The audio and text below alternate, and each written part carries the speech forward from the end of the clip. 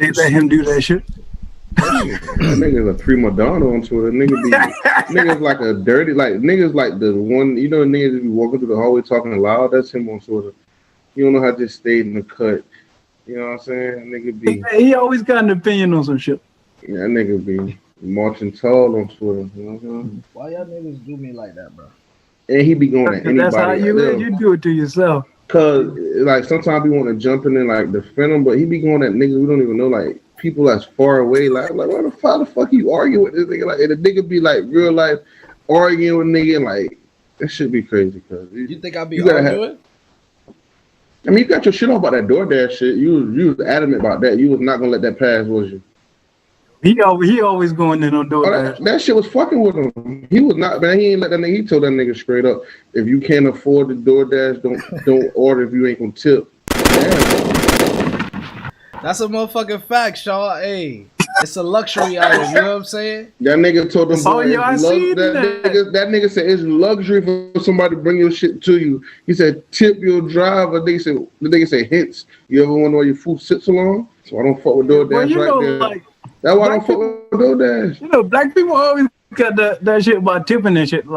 Like especially like when you go out in crowds and now we at the age now we got tip though. We at the age now we have to tip. We not little kids no more. The man said to me, listen, this is what the man said to me, Sean. The man said, you want me, if the order come up to $30, you said I should tip like $8 on top of that? I said, bro, at least. I said, bro, if $8 is hurting you, it's gonna break your bank, then you shouldn't be spending you need to go to the grocery store, dog. You need to go to the grocery. That's a bigger fact. That's a fact. See what I'm saying? I just try to put the young man on game, Shifty. Now, I don't got a lot of Twitter followers, so it looked like I be talking to myself, Shifty, but I'm from the old Twitter. When did you get a Twitter, Shifty? When you start tweeting?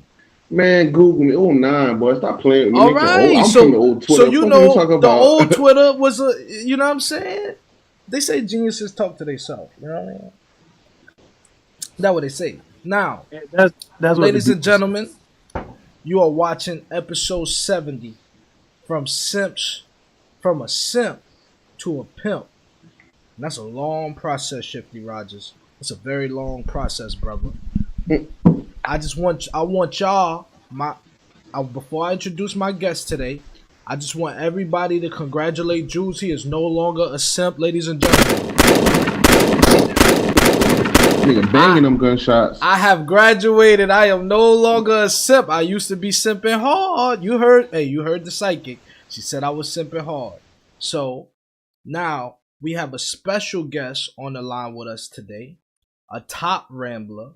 He just finished telling us how many episodes you watch. I'm like 35, 40 episodes in right now. So this is the infamous RASHAWN Howell. I'm gonna put your whole shit out there. The wizard. The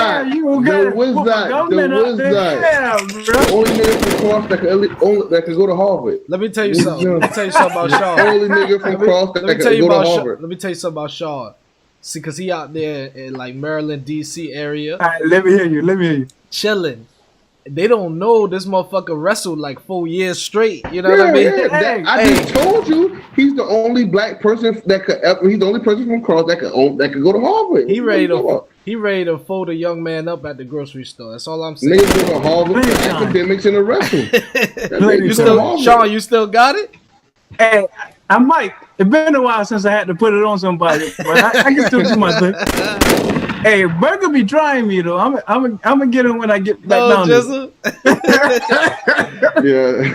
So we got a plethora of topics today, non-stop topics, y'all. I'm talking about a plethora of topics. I'm gonna get into intro music, but first, we got Harold Lee intro music. Relax, Cross. Relax. But right now, it's two Edie Townians on the pod, and then we got someone who be false claiming. Hey, Sean, tell him call my ass. Nah, hey, Sean. I'm more Edie Town than him. What the fuck is he talking about? Okay, you from the new Edie Town.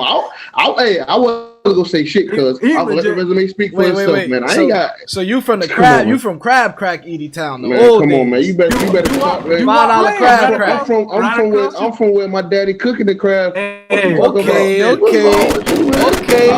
I'm more Edie Town than you, champ. Oh shit! These are facts. We also. We partying now. Oh, we partying now. Oh, we finna fucking pop. Now, we also have not only is Sean a big representative, big stepper for the pod, but he's also involved with another podcast that I've recently started listening to. So I want to do a big shout out to the Hands Up Don't Shoot podcast. Sean, just tell me a few things about this podcast, like, you know, how it got started, what's it about, and who's involved with it. So this podcast was basically my wife's idea. She'd been sitting on it for a while, you know, with the numerous police shootings, the acquittals of cops killing black boys, black girls, black men, and black women. And we know that there are a lot of those cases that are shown on video in the media, but there are also those cases that are unknown. So what we're trying to do, we're trying to bring awareness to all cases, not just the ones that are televised, not just the ones that are caught on video, because video cameras are still like a fairly new thing. It hasn't always been around.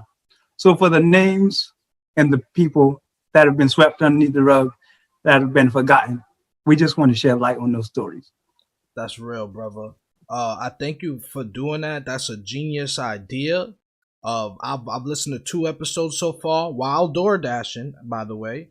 And the first thing I could tell you is I kind of got angry listening to it because it incites me, man. The shit pisses me off, man. I can't even hold you when I think about these stories, like the one with the guy that was in Brooklyn and what was the police shot him and try to like act like, yo, so what? You know what I'm saying? Like it's very vivid. And there are more stories like that, like police handcuffing dead victims, leaving black bodies in the street for hours without proper protocol, like the disregard for black and brown lives by the police community at large, because this isn't a new thing.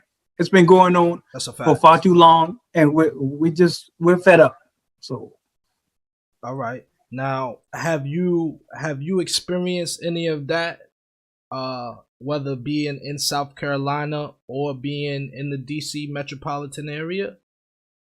I have experienced it, definitely. And being a black man, I worked in a Latino, half Latino, half white neighborhood, and I was on my way home from work. I can tell the story right now if you like. We got some time. Yeah, go ahead, brother. It's your world. We pod tonight. We pod. I was on the way home from work, and I had a book bag because I just got out of class. Stephon like to say Harvard, but I got to set the record straight. I went to the Howard University in Washington D.C. Shout out to Howard. Shout out to Howard. But I know you was eating bunkie. I know you was eating bunkie out there. But tell your story. Tell your story. Tell your story, dog. Boy. So I was on the way home from work one day, and I had my book bag. I just came from class. I went from class to work, and I was on the way back to my dorms. And the cops, like it was a black cop and a white cop, and they pulled me over, and it was like, hey, can we search your bag? And it was like, where you going? I was like, back to my dorm. It was like, can you search your bag? At the time, you know, I wasn't privy to the legal system like that. So I was like, yeah, sure. And they was like, we're just searching you because there was a guy fitting your description that stole like some TVs and some shit like through the neighborhood this week. So I was like, yo, again, black guy, or black college student, you know. So it ain't just about being educated or having a degree. It's about being black. That's the first thing they see. That's all they'll ever see. So that's just where we are with it. Is it a burden to you? Well, it's getting too deep. We getting too deep. Because I was about to ask some serious questions, and let's do it. Hey, we can come back to it. Yeah. Now, Shifty Rogers, you're blacker than all of us. You know what I'm saying? Do they search you extra or do they just treat you normal black? I'm fucking with you. How they treat you? I'm trying to think. I'm mocha black, you know what I'm saying? But I got dreads, so shit, they treat me like a criminal, a straight up criminal. They treat you different. You know what I mean? I don't be tripping though, you know what I'm saying? Most of the time when I go to a store or something like that and a white lady's working, I could feel the sexual chemistry. I could feel she's looking at my cock, is basically what I'm saying. Alright, moving along. Do we start with a topic or do we get into some intro music? Let's give Harold Lee some love while I send out these links. Can I send out these links? I'm gonna play this new snippet from Harold Lee. It's called Proverbs 31. I'm also gonna look up Proverbs 31 to see what kind of girl he's looking for. Shout out to the big homie Harold. He's been an early participant of the Janky Ramblers podcast, so you will have to scroll way down and find Harold Lee. But he's hilarious, man. We love him. And I'm going to play a little bit of intro music, and then we're going to pod, man. I'm sending out links.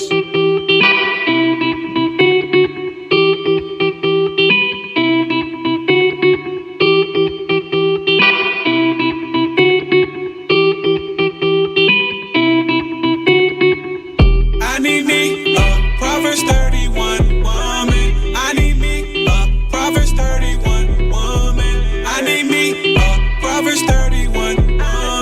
I need me a Proverbs 31 woman. I messed up a few times. I've been there, I done that. I ain't going back to what I used to be. I ain't going back to how I used to be. Ain't no way around it. You can't tell me about him. I pray and I doubt it. I got blessed with 3 kids. Demetrius and Ashton and Aiden. Oh my God, what am I thinking? Man, I need me a first lady. I'm so done with the games, and I hope she feel the same. I'm so done with the same, and I hope she see the change. I need me a Proverbs 31 woman. I need me a Proverbs 31 woman. I need me Proverbs 31. She got on me. I need me Proverbs 3. She gotta love Jesus. I need me Jesus 30. Gotta love Jesus. I need me Jesus 30. Gotta love Jesus. I need me Jesus 30. Gotta love Jesus. I need me Jesus 30. Hold on, I just want to say shout out to Harold Lee first of all. Y'all pray for Harold because he's dating an AKA, and we all know how that go. She gotta love. She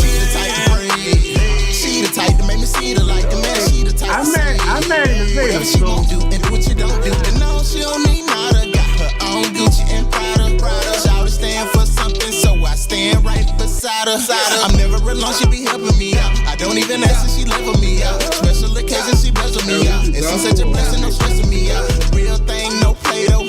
God molded that I feel like you like on that Janky Ramblers. She an angel. Halo. Ain't Janky I need supposed to me be like a gospel a rapper? Proverbs 31 woman. I need me a Proverbs 31 woman. I need me a Proverbs 31 woman. I need me a Proverbs 31 woman. I need me Proverbs 31. She got on me. I need me Proverbs 31. She got on me. I need me Proverbs 31. She got on me. I need me Proverbs 3. She gotta love Jesus. I need me Jesus 30. All right, mic check. Let's get it. That's Proverbs 31, and you know me, I'm a journalist, so let's just look up what Proverbs 31 is, because I gotta make sure Harold ain't trying to pull a fast one, man. Let me just check. Let me see. Anybody wanna Shifty Rogers? You wanna pull up Proverbs 31 for me, B? That was gospel. I'm saying, is Harold gospel or R&B? Is the question we both asked you. You said, is that gospel or it's both? Matter of fact, let me tell you what Harold told me. He said, I am changing the inspirational hip hop game.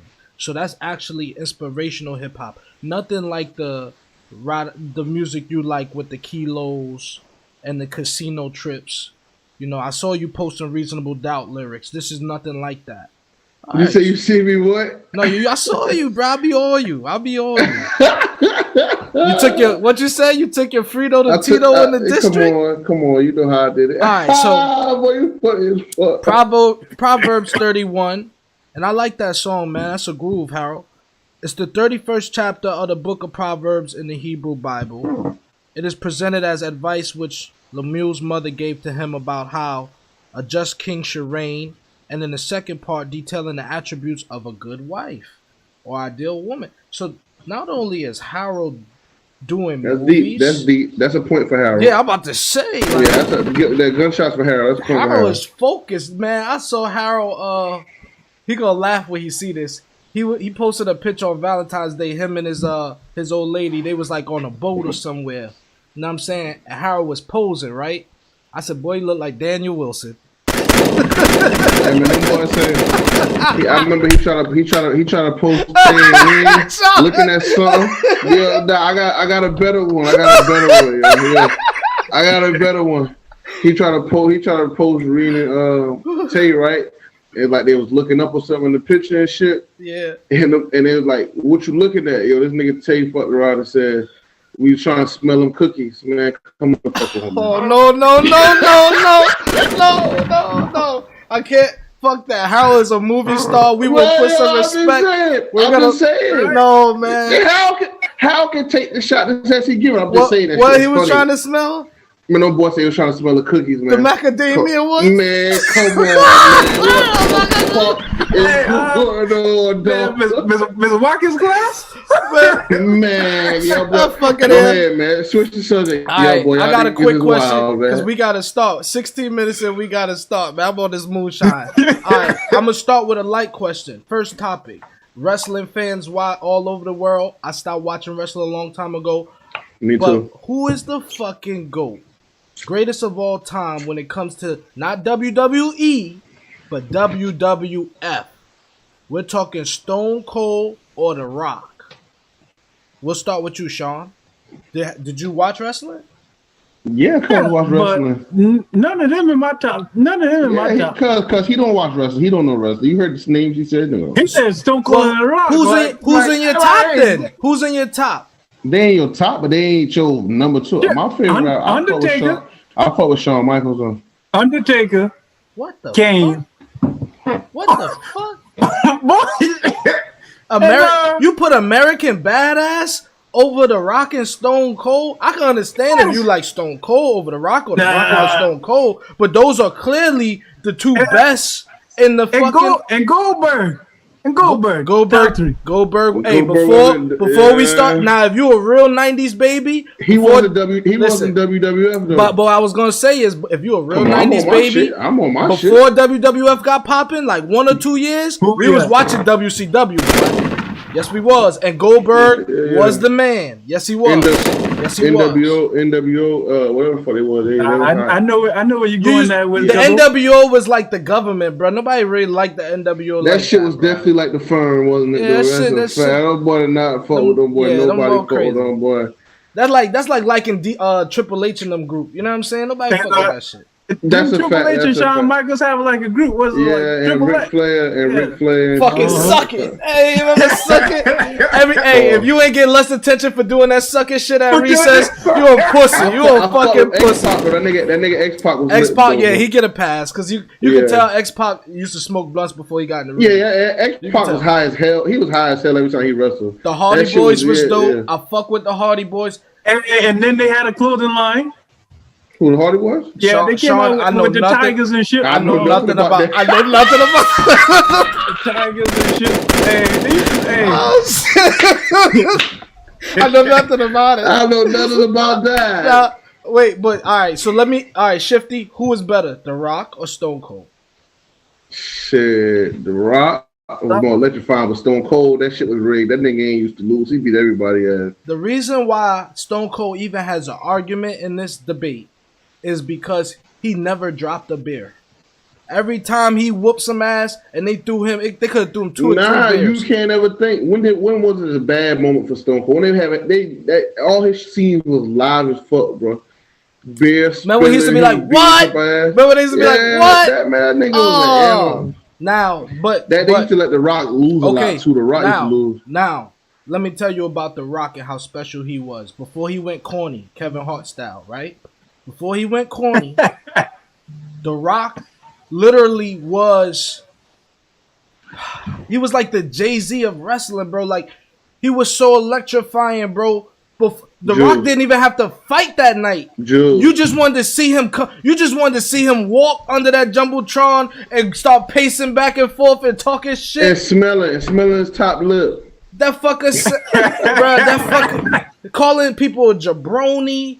Yo, what the fuck, jabroni? In front of the millions and millions. You know what I'm saying? Rock fans, dog. I was a little kid, bro. I guess that's what it was. He used to talk a good game, but every time the Rock used to get him, he used to lose, bro. That shit was set up. It wasn't about that, though. It was about the flair. First of all, that motherfucker come out in Versace suit, like Versace custom made shit now. Pulling up in limo. That fucker was a rapper now. Pulling up in limo. The Rock was a rapper now. Okay, so speaking of entertaining shit, I'm on Twitter the other day. I get a hold of some TikTok videos, dog. Shifty, did you happen to see them shits that I posted? Yeah, I've seen them shit there. Was they funny? Yeah, they for toxic people. I had to stay away from them. All right, so Sean, I'm gonna let you hear. He don't like that shit. He don't like that shit. He don't like that answer. Nah, it's cool, man. You want to still be a simp? I am a pimp. I went from a simp to a pimp. You hear me, Sean? Episode 70. He a born again version, cause he got some again finally. Gunshots. I wish I had them. Man, listen, I ain't getting no poom poom yet in 2021, but that's cool. That's cool. I ain't even tripping about that. All right, so I'm gonna play the funniest one first, bruh. The funniest one is from this dude. I wish I could shout out his name, bruh. But just listen. So here's the premise of it, Sean. This TikTok challenge was about, I guess, they say choose violence. Say the worst shit you could say. You feel me? So this dude said, it's called Females Be Like. Here we go. Females be like nails by you, lashes by you. Who your baby by you? Who your baby by you? Joshua. Females be like nails by you, lashes by you. Who your baby by you? Who your baby by you? Joshua. That one right there was funny though. What? Y'all gotta see his face. Rubbish.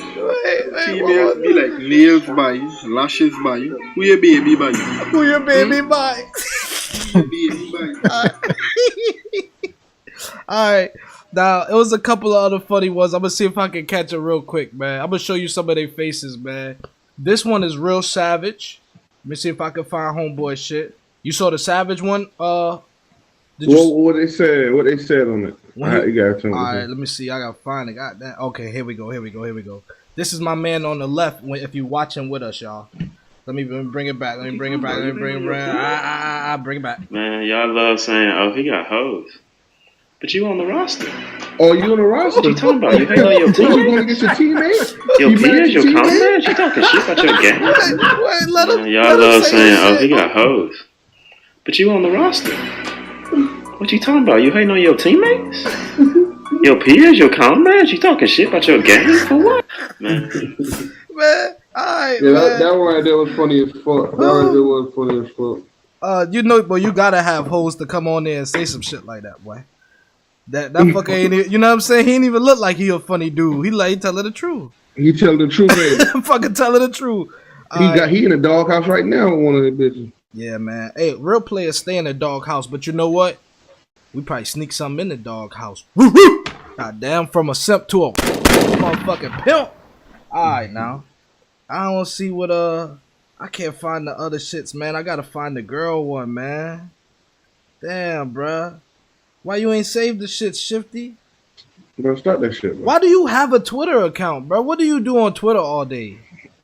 I don't talk to random people for a fact.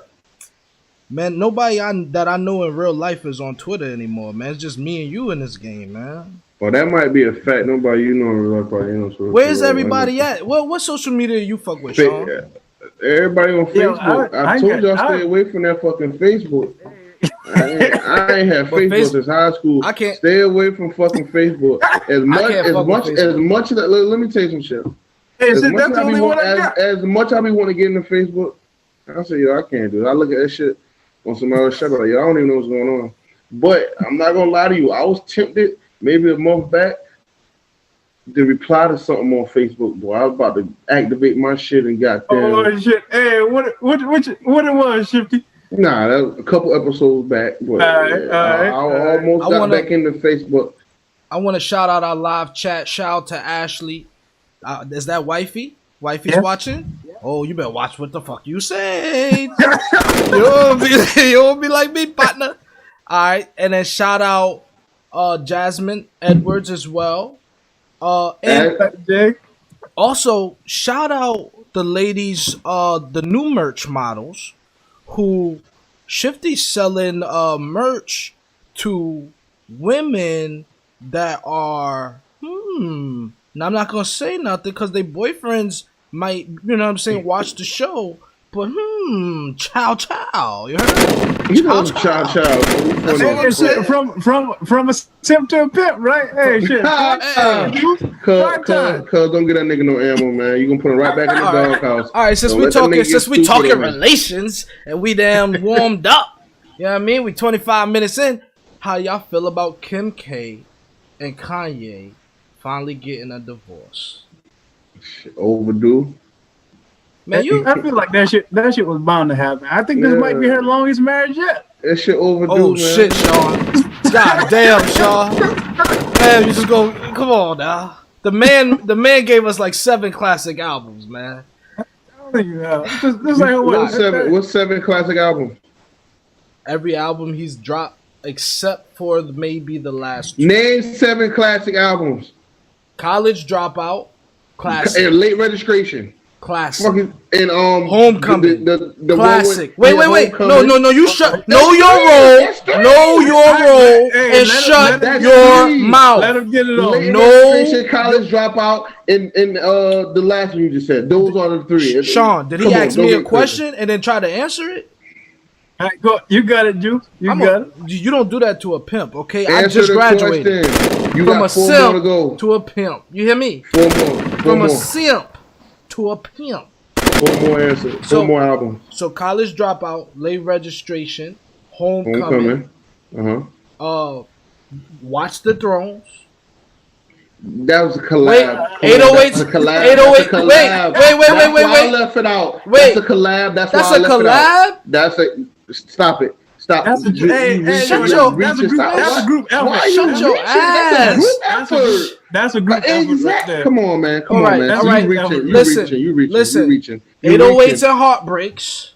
That's 5. 808s and Heartbreaks. I don't think that you at 4. You at 4. See, bro. Watch your throne don't count. Bro. When 808s and Heartbreaks came out, that's what changed. That's why everybody sounds so computerific now. We're talking about Homecoming. We're saying Homecoming is your 4th one. That's what we're telling you. Yeah, that came before 808s and Heartbreaks. And then 808s and Heartbreaks, keep your love locked down. Your love locked down. Come on. The whole album was a classic. How could you be so heartless? Say what's real. Street lights glowing happen to be just like moments passing in front of me. Sean, he only like dope boys, but I'm trying to put him on. The Life of Pablo was not a classic. Stop it, 5. Panda. What the Panda highlights? Real Friends? You never heard the song Real Friends by Kanye West? You talking loud and wrong. You're talking loud and wrong right now. Loud and wrong. He had a cousin that stole the laptop that he was fucking bitches on and paid $500,000 just to get it from him. You never heard Real Friends? Hey, you reaching. You say he had 7. You was the cousin that stole Sean's laptop. That's what it is. You fucking stole Sean's laptop, man. All right. So I just named you classic albums. Now I can understand if you say yay. Every album he dropped since he been with Kim. Oh wait, Yeezus not a classic. Everybody been frowning their face at you since you got past Homecoming. Everybody. But I'm naming face at you since fucking you said Homecoming. Everybody been frowning their face at you. Sean, did you ever hear the song? My mama was raised in the era when clean water was only served to the fairer skin. 1 or 2 songs. We say great albums. That's what you said. Yeezus had Bound on it. Listen, wait. I'm trying to help you. Bound. What about I could hold my liquor. What these bitches can't handle is me. With Chief Keef on there? You didn't think Jesus was classic? Said, I am a god. Hurry up with my damn massage. Hey man, go ahead. So anyway, because we're not gonna. What we're not gonna do is disrespect Kanye West. No, worth $3 billion. Matter of fact, if I recall correctly, on The Life of Pablo, he told you that Yeezus jumped over the jump man, and now this motherfucker's worth $3 billion, and his shoes are worth more than Jordan's. Am I capping? Sean took a sip on your dumb ass. Am I capping? How, yo, cuz I'm trying to figure out how the fuck we get from greatest albums, but this is what makes sneakers. This because this what makes shit classic, bro. You wouldn't buy the sneakers. You lost the argument. So you went to shoes. You lost the fucking argument, so you went to shoes. That's what you're telling me. You wouldn't buy the sneakers if it wasn't for the music, brother. Don't. How about Blueprint 1, which he produced, which you love? Blueprint 1 wasn't a fucking classic. When did you? Before that, was Hov sounding like that on H to the Izzo? Was he H to the Izzo Hov? No. One thing we ain't gonna do is ever throw no smut on Jay-Z jacket on this show. So, all I'm saying, bro, like you saw. So when you saw the Black album, you ain't see Kanye giving him the song and the beat, and you talk about a fucking. Let me ask you this question: on Watch the Throne, who carried who? You don't want me to answer that because Jay-Z. I want you to answer that question honestly. I respect Jay-Z. Answer that question honestly. You don't want me to answer. Who carried who, nigga? Who carried who? What Kanye was carrying, whole boy. What Kanye was carrying, whole boy. hey, on that song, The Joy. Yeah, that nigga whole spit that shit so crazy. Go ahead, man. Go ahead. On that song, The Joy. Add a dozen roses. You know what I'm talking about? Man, you know what you're talking about, man. Who had the better verse? Who had the better verse? Why you keep going a fade where you know the verse was good at? That's what I'm saying. What? I'm just like, you see what I'm saying? Like Shaw. But that's what you do. That's how you build your argument. Hey man, thank you, Howard University. Thank you, Howard University. That's how you defend your argument. If he come out with facts, you don't have to. If he come out with facts, you don't have to defend the argument. Sean, please excuse our other cousin. He went to Denmark Tech for a semester. Denmark Tech for a semester. If he start losing arguments, he just go reaching. I don't know what to do. Chat. Nigga went from album to shoes. Chat. I don't understand. Chat. Please tell me, doesn't Kanye have more than 3 classic albums? Chat. Please help me out, because this man really think Kanye don't got classics like that. I don't understand the man. Come on. Now, we was on the topic of Kim K and Kanye. I just want to know, who do you think caused the breakup? I'll tell you what happened, but I'm going to let y'all have the floor first. Sean, what you think happened? Yeah, Kim got all she wanted. Hell, shit, the show about to end. They done got like 10 seasons of that. Hell, shit, they don't need it. Hey, anything that Kim do from now on, shit, whether Kanye involved or not, she already where she want to be. So Kanye was simping, big time, right? Big time, big time. I'm old enough now to say stuff like, I got my own relationship to worry about. I don't know what happened. Here go the politically correct. Hey, you might as well be in the live chat. You might as well be in the live chat. Cuz. I don't know what happened. You know what I mean? The nigga worth $3 billion. Cuz he worth $3 billion. She's worth sure. I don't know what happened. You know what I'm saying? Whatever happened, they be alright. You know what I mean? So you didn't see the tweet when Kanye said she smashed Meek Mill. Man, see, man, go me getting corn. Never mind, go ahead. But what I'm saying is, you ain't see the tweet when she said he smashed her while they was together, and then she's on Game Smash list. Game Smash list is whew. And she smashed Ray J. And like you know all the industry. Everybody did not see that. You watched it? How many times you watched that? Sean, how much time you watched it? No, when's the last time you watched it? I seen it like once or twice. When's the last time you watched it? When the last time you watched it, dog? Yeah, when it first came out. Shit.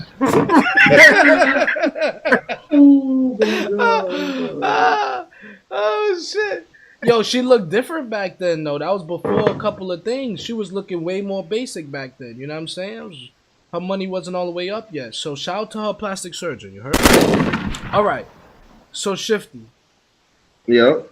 Do you think Kanye's gonna make better music if after the divorce, like post-divorce? Because I always feel like he should have married the girl from his first album when he told her father, he said, I promise Mr. Rainey I'm gonna marry your daughter, and I know I gotta thank you for the way that she was brought up. Maybe he need to call her. Maybe he need to call her, B. What you think? The music might go back to what it used to be. I mean, but you don't know this shit with this time in the game now. I don't know, man. All right, I got an even hotter topic. Y'all let me know when y'all ready to make the transition, because I got a hotter topic. Do what you need to do. All right. First of all, I just want to let everybody know this is episode 70, from a simp to a pimp. So you listening to a pimp talk tonight. You heard? Word. I just want to let everybody know that. Because I just realized I was simping, Sean. I didn't realize that shit. I was simping, bro. It was all one-sided.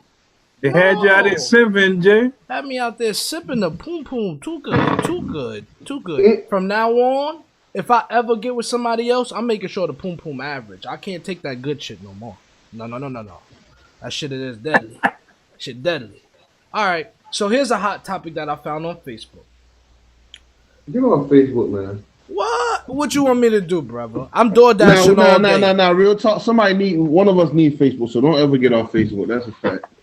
This motherfucker just want me to take the sacrifice. You see that shit, Sean? Yeah, just stay on Facebook. That's why I don't think he from Edie Town, but it's all right. It's all right. So look. I am from Edie Town. Me and Burger mastered the art of staying out the way. We just talked about this yesterday. We mastered the art of staying out the way. Y'all having conversations? God Jizzle, you ain't called me about a week or two. I talk to Burger. Oh, word? That's my guy. I'm gonna get a new best friend. No, I'm gonna get a new best friend. So look, shout out to my boy. Russell Wilson. So somebody made a really good statement on Facebook. Let me read it to you guys. Russell Wilson, in fact, did not raise the bar on how to treat women. Those type of dudes been here. Funny part is, and he talking to the ladies out there, he says, you know who they are, you crazy tail self. Sierra is the only one who raised the bar. Give her the credit. She started choosing the dudes that y'all ignore. She raised the bar on how to carry herself and self-respect. I'm appalled, y'all. He said, I'm appalled y'all still not receiving the lesson while acting like y'all understand the test. Now, whoever wrote this is a pimp, because that's a pimp statement. But he said, this is why a lot of women will never meet that bar. Some of you really have problems with self-reflection. And I've noticed this year and years before, and I've been stating it. This isn't just out of my ass. Y'all have a problem. The lifestyle change was hers. Russell Wilson was like that already. So he's saying Russell Wilson was the simp, and Sierra just stopped fucking with the pimp and got with the simp, and she been living great ever since. No comments, fellas? That's some legit shit. That could be. That's a very strong statement. That's a very strong statement. All the college girls want a hood nigga, and all the hood niggas want some college girl. Hey, it be like that, though. I get like you. So, Shifty, I need a deep dive. See, you so quiet. You be quiet about these relationship topics, man. Stop running from this shit. But you want to slander Kanye albums, though? Fucking jabroni. Why this nigga be trying to put the fire for the put you on Front Street? Put you on Front Street. I've learned the art of keeping home peaceful, my boy. The doghouse isn't a good place. You know what I'm saying? Yeah, cool. Like that. Sandwiches and ramen noodles don't taste like motherfucking chicken and all that other shit. You know what I mean? I don't like the dog. I want to say something, but I respect it too much. I will not say it. But if you think a nigga eating cold cut sandwiches, You got me fucked up. So what you saying when you in the doghouse? I got a question for you. Talk. When you in the doghouse, you enjoy yourself? Here I go, Sean. Here I go. Yeah, go. Look how he hold the cup, Sean. You see what I'm saying? The way he hold the cup. How you eat? I'm saying how you eat in the doghouse, my nigga. Talk to us, cause it sounds like you eating steak and lobster in the doghouse. I give it to you raw. I give it to you raw like this. I'm a big dog. See, when you put a big dog in a doghouse, guess what he say? This where I belong. I'm a big dog. Adapt to his environment. Adapt to his environment. You saw how to be a player. Why did giraffes grow longer necks? You feel? It's like Badusi in here. Hey, goddamn! Hey, rest in peace, Bernie Mac. Rest in peace, Bernie Mac. Yo, that's all I'm saying, man. Hey, comedian gold, lo. Now listen, Sean. Do not listen to nothing Cuzzo is telling you right now. With the feds watching you, you hear what I'm saying? Don't listen to none of this shit. Don't listen to none. But silently agree. Blink twice if you agree.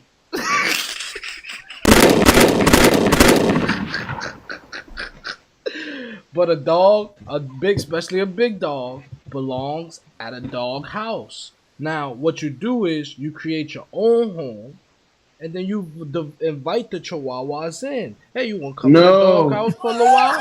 Hey, you want to come chill with the big dog? You know, I got Sean, this nigga will be single in the morning. Hey, motherfucker on the Planet Fitness. Motherfucker Planet Fitness full time tomorrow. Let's have this real conversation then, fellas. And this is not pertaining to y'all, but this is for the men out there that need to hear this shit. This coming from Julz, all right? Let's do it. We need to stop letting ladies run the fucking show. Whoa. Yes. See how you say whoa? This episode is from a simp to a pimp. I'm trying to raise you out the darkness. Hey. I'm trying to raise you out the darkness, dog. Speak for yourself, champ. Hey, See, he don't even know. I'm speaking Spanish right now. What? Corriendo. How you say it? Let's not hold no narratives right now. No. All I'm saying, all right, Shifty, do you feel like in your relationship you be doing some simping? You better simp. What the fuck you talking about? No, ain't no. He said in your relationship, that was a very pointed question. Yeah, I sit for my old lady every day. What you talking about? And you're proud of that. Now, as a man, I'm a grown ass man. Listen, as a man, how does that make you feel? Do you ever get frustrated? You can talk to us. It's a safe place. Yo, who are you? Do you get frustrated in daily life? No, I'm just if you've been with your old lady long enough, you already know you feel a headache, dog. I've been with my old lady long enough. I put my goddamn foot down. I'm the big dog. No, you don't. Hey, you don't put your foot down. You don't put your foot down. You don't put your foot down if I see you on Twitter simping a lot. Relax. When you see me read my last couple of tweets. You've been happy the last week and a half. You're not the dog house. But I've been in the dog Don't get crazy. Don't get crazy. Bro, listen, bro. What I do for public relations is PRs have firms, right? Cause I'm just letting you know. This nigga on Twitter is a fucking teddy bear, dog. Oh shit. Cause First of all, Twitter, I have 125 followers, Sean. It doesn't matter. I only tweet for my old lady because my old lady rather read my tweets than listen to Thank you. I'm glad I can get that out you because I was waiting for you to say she's social media, but don't socialize. I was going to let you get your shit up. That's a Lil Wayne line. Well, stop. Now stop. All she know is social media. Stop. We don't even socialize. Is that a problem you have in your relationship? I'm dating a 23-year-old, Shifty. So I'm saying, explain, deep dive, put the young niggas on. You know what I'm saying? If your girl get mad at you, and instead of trying to come talk to you, she run to the timeline and express her feelings. If you care about her, you want to reach her, you should go to your timeline and express your fucking feelings. You tell it. Don't leave her out there in the dark. You telling the world the only way you can, like if you and your girl beefing, she gonna be on the timeline, so you gotta be on the timeline too. Yeah. I'm not trying to. You know why? Let me tell you. Yeah, that's where your tweets come from. Oh shit! I titled this shit from a pimp to a simp. Good God, it's supposed to be from a simp to a pimp. You know what you got going on. No. Let me fix that. I'ma fix that. Yeah. I'ma fix that. You did it right. Flight you in did progress. It right. You a fucking simp. You a fucking simp, yo. No, bruh. I ain't no simp, but I'll tell you what. I used to simp. This is what I used to do. I used to care too much. You care too much. I could tell. You care too much. That's why you can't answer no questions on your own podcast. Cause you can't answer no questions. It's just a question. Cause I'm gonna give him one tip. Cause you see how he think he know what the fuck going on. If you pay a little more attention to what you the hell you got going over there, you be alright. You know what I'm saying? You be alright. Cause you be alright. You know what I'm saying? You be alright. How the hell you gonna tell me what I need to do? You can't do the fuck you need to do. Lil Wayne said, "You all I got, but if you leave me where you met me, it be on that clock, getting it. This all I need to be doing right here. You heard me? That's what I need to be doing right." Oh, you saying you at peace? You at peace with the pod when you at war with your? I get you. I give you another little tidbit. How about that, Sean? You want me to give him another little tidbit? Yeah, go enlighten the people. Man has lost plenty of money chasing women. Man has never lost a woman chasing. Go ahead, get shit off. Okay, you already know where I'm going with that. You see what I'm saying? That's why I'm telling you, Big Dog belong in the doghouse. Okay, Big Dog. That's where I belong. Where you want me in the house? I'm gonna fuck everything up in the house. I'm a big dog. He a big dog at 10:03. Watch him in the morning. Man, listen. Wednesday Park will be a little different. Wednesday Park will be a little different. See, Shifty don't even understand. When you in Planet Fitness, okay, and girls cutting their eyes at you, they like, this is 8th time here in 4 days. You know what I'm saying? They cutting their eyes at you. You don't look back. And you go eat a fucking burrito bowl with chicken in it from Chipotle. That's what you don't even understand. See, I'm bullshitting. I'm talking to somebody who don't understand. You know what I'm saying? I'm talking to somebody who don't understand. But yes, now, I see, do go to Chipotle. Gunshots. I see Julz be on his workout shit. Nigga eat kale, spinach, and all that. Word. I did have a kale smoothie today, Sean. I don't know why he's acting up. He's supposed to be a neuter dog. Why is he acting untamed with me? I'm drinking my moonshine. I'm talking cash shit. Why you going to the gym in the morning? Huh? You going to work out in the If I feel like it, that's what from a simp to a pimp. I'm trying to tell you, in 2021, fellas, stop with that scary shit, dog. Now, not Shifty. You get on that liquor and that shit get you in trouble every time. You better stop that shit. You don't. When you gonna learn? Learn what? That I'm the man. That I got the balls in the house. Ooh-wee. Yes, sir. He on fire now. I got the balls in the house. Okay, he on fire now. We bought it now, baby. Hey, for real. But listen, I ain't saying tell her ass go in the kitchen and shit like that. I ain't no misogynist. I'm just saying when you a man, like your girl ever tell you get off the game and you get off the game, or you what you tell her? It's the third quarter, right? It's the third quarter. No, when I finish. Oh shit! Sean! Hey, you see what happened when you hang with the big dog? You start talking like big dog. I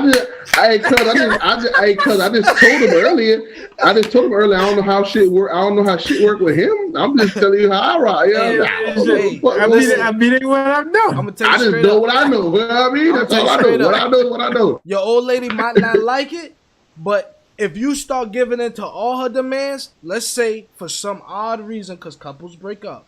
If y'all ever break up, well, not y'all married and shit, but I'm talking about regular dudes and regular relationships. If y'all ever break up, guess what she gonna tell the next man?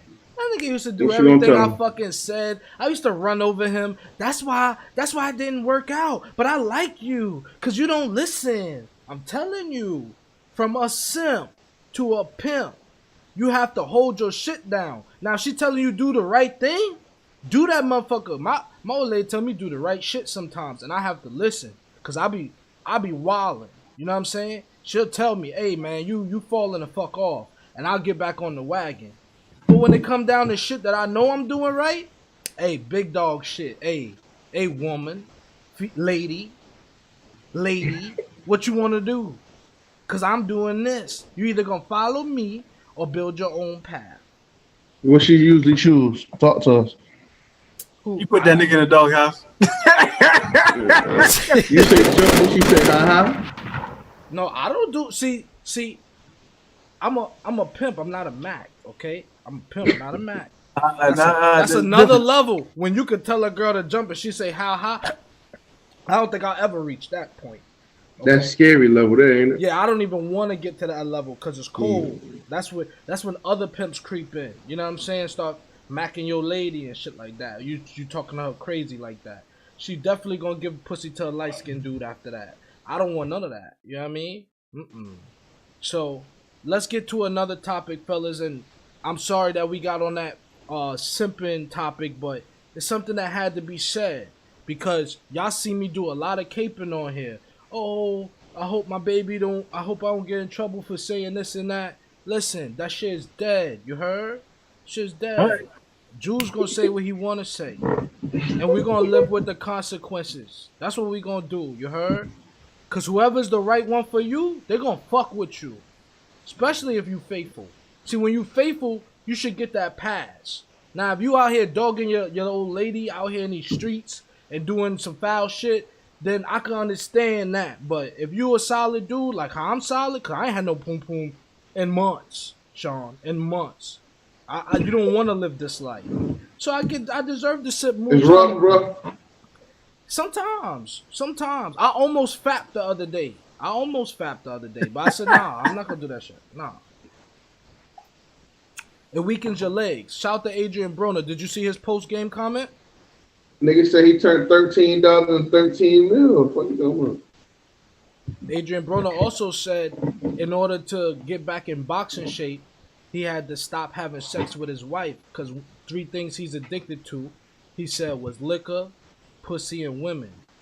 So if a boxer, do you understand? I thought AB ain't drink, but that might be a fact check. Yeah, motherfucker. He really, you know what he wanted to say, smoking his Zaza, but he can't say that. Though.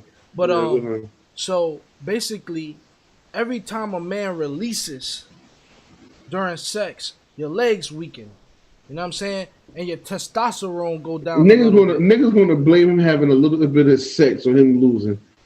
Man, I done heard it all. Get the fuck out of here, man. All right. Get the cuz when he was winning, he was fucking the same way. I don't want to hear that don't work with me. Fuck ain't been winning for a long time. But all I'm trying to tell you is Mike Tyson. Even Mike Tyson, when he first came in the game, knocking everybody out, right? He said he didn't have sex in 5 years. He got with Robin Givens. Buster Douglas knocked his dumb ass out. You see what I'm saying? Buster fucking Douglas. Yo, it's power in semen retention, right? So sometimes when you listen. Sometimes when you smash your old lady, get it in, but don't nut. Just hold it. Don't even nut. Don't even nut. Yo, shit. Don't even nut. We get that damn far. Hell, you better believe. I'm trying to tell you something. Don't even nut. Don't even nut. Listen, this shit, we gonna do it. Hell, might as well go to the finish line. You even have a happy ending. What the fuck you doing? Y'all thinking I'm crazy, right? Y'all thinking I'm crazy. Nigga got no end goal. Ain't no way I'm gonna start that up. Man, you got some motherfucking money. That's what it's not about that. It's not about that, fellas. Y'all can please your woman. Don't let her please you. That's when you start simping. Let me tell you. You start simping. And I see why you ain't fucking in a year and a half or however long. Right now, I'm reaching godly levels. I'm just letting you know. I'm reaching godly levels. Hey, higher levels. Hey. Yeah, you need to get some pussy though. You need to get some sex though, facts.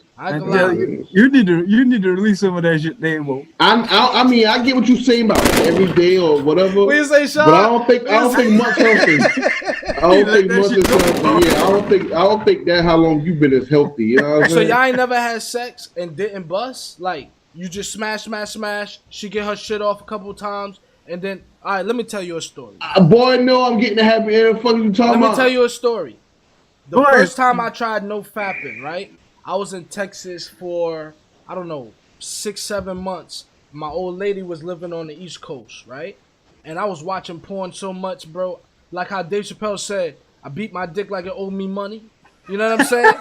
I was doing that kind of shit there, right? I got disgusted with myself. I said, come on, man. Come on now. Look, I was scrolling through porn, right? And I was like, already seen it. I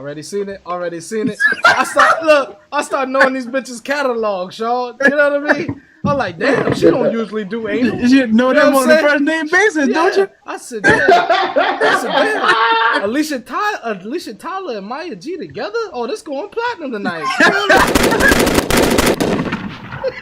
What the fuck, so I had to say, you know what, dog? Alright, fuck it, dog. You gotta do something, bro. Testosterone level too low. You're getting sleepy all the time. Your knees is weak. You just want to go to work, come home, and go to sleep.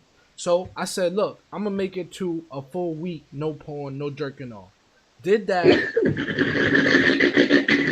You laughing, but I'm candid with you fellas. Somebody else is watching this living through me. So I said, I bet I'm not gonna watch no porn for a week. Did that. Relapsed. Got to a week, relapsed, and then I said, you know what? When I relapsed, you know how you stop smoking weed for a while and then you smoke and you feel guilty? I felt the same way about relapsing on the porn. So I said, you know what? Fuck it. This time I'm going for a full, 6 months straight. Didn't watch no porn, didn't jack off or nothing, right? My old lady comes to see me and shit, right? 'Cause she about to help me drive back to the East Coast. We get together. Needless to say, grown folks do what they do, right? Bro, I'm swagging. I'm surfing in that joint, right? Okay, get your shit off the nigga. I'm so used to not nutting, and I'm like, I don't want to nut because I feel like this shit's gonna take away my power. So you was watching porn and not nutting? No, I wasn't even watching porn anymore. I'm talking about this. Oh, you said 6 months. No, 6 months. 6 months. We in it. Okay. No, we in the. This the real thing. This not my. Yeah, you in the real drought. It's a drought now. Now. No, the drought is over. You know, mixtape. Almost. The fourth mixtape by Weezy. The drought is over, right? You know what I'm saying? So now I'm in that thing. I'm swagging. I'm surfing, right? I feel like it's detergent. You know what I mean? And then now I don't want to nut because I done reached this limit, this amount of time frame without nutting, that I said if I nut now, I'm gonna feel weak again and I might start going back to my old habits. So I didn't nut. Don't let that shit off, champ. No, I didn't nut, and that shit made me a god, fellas. Listen, I know I'm talking to mortals, but this made me a god. Now you transcended. All right.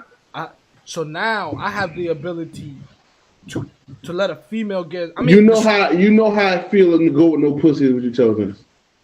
Yeah, but I know how. Okay. But now I can control my nut so much to where, like, listen, all I'm trying to tell you, you having stamina issues, you're jerking off too much and you're fucking too much. Relax. Let your brain see other images, and then you'll be alright. It should get your stamina right back up. You feel me? From a simp to a pimp. Now, I ain't gonna say never nut. Go ahead and get your shit off. You know what I mean? You see, I got one on the way. So obviously, whatever I was doing, that thing, you know what I mean? You feel me, Sean? You feel me? You feel me now? Shit. Let me in. I got you. Shit, I opened the door for you. I got 3 of them. I opened the door for you. See, Shifty's problem is he wants to smash and watch porn. He never give his dick a break. Never. His dick never get a break. You know what I'm saying? Yo, what type of time is this nigga? That's a problem. Can we talk about the Cam Newton situation, though? Come on, let's get it, man. I would prefer. Let's have a deep dive in on that because you getting out of pocket on that movie. You might got some shit with some inner demons. Yeah, let's give us the Cam breakdown. Let's have a nice little deep dive on that. Don't you mention inner demons and then try to skip the fucking subject. Don't play me like that. You going back to narratives. I don't like it. I don't like it. Hey, what I said, you know what I said. Nigga said inner demons and try to go to the next subject.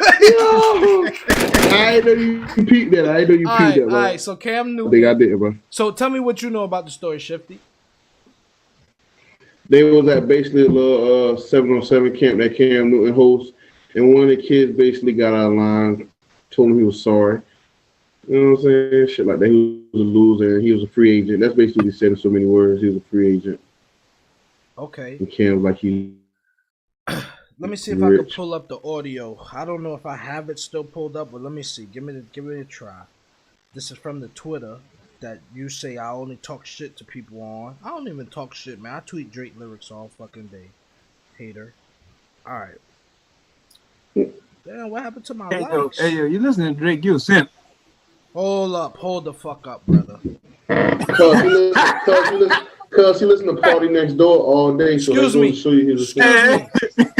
me, Sean. I'll have you know. First of all the rappers y'all listen to are wifed up. Drake's still smashing them hoes. Just want you to know that. You never seen Drake with just one. Just want you to know that. Party Next Door 2. You see what happened with Chris Brown, right? He waiting for bitches outside the club. Karuchi. You know what I mean? Party Next Door ain't doing none of that shit. Hey, and he got his bitch back from Kyrie Irving the year he won the ring. How you get your bitch back and she won the ring? Future never did that. Russell Wilson won the Super Bowl. Future lost his bitch for good. All right. Anyway, back to the subject. So here's the audio. I'll play it for y'all. About to be poor. I'm rich. About to be poor. I'm rich. You're a free agent. I'm rich. I'm rich. He's a free agent. Where's your daddy at? Let me talk to your dad. Let me talk to your dad. Oh, where's your dad? You're a free agent. Where's your dad? You're a free agent. You're a free agent. You ass. Talk to. Let me. Where's your dad? Where's your pop? Okay. I just want to say this, and matter of fact, let me give y'all the floor. When you saw the young man tell Cam Newton, former quarterback of the Charlotte Panthers, MVP of the league 6 years ago. It don't matter. MVP hey, bro, it don't matter, bro. Get a man his credit, bro. Stop that shit. The same year he didn't score a touchdown in the Super Bowl, but that's it don't matter. None of my I'm business. letting you know. If he was not fapping, maybe he shouldn't have been smashing all the bitches. His accolades there, bro. Yeah, all right. He an Instagram honey, but so he What did you feel like? You felt like the little dude was wrong in saying that he's ass? Yeah. He was out of line because I guarantee deep down that little nigga heart, he was happy Cam Newton was there. You know what I'm saying? Mm-hmm. How you know? How you know? And I heard they wasn't they in South Carolina? It was in Myrtle Beach, right? You play the game, you respect the NFL players that come out there. You play the game, you respect it, bro. Ain't no, come on, man. No. And the little nigga team just went 1-2, so they were losing. No, I'm gonna tell. Okay, Sean, what you think? I feel like he was outlining a little bit because 9 times out of 10, I think I'm pretty sure like Cam probably invested in the 707, so shit. He wasn't there just for like Under Armour 707, just like for the star power. Like, come on, man. Like, I feel like he had some input in that, and then I think right after that, he tried to talk to his dad, and like I feel like a grown man to a grown man, like that should have just been the discussion. That little nigga woke up that morning and said, "Ooh, Cam Newton gonna be at the camp today." It's not that shit. Mm-hmm.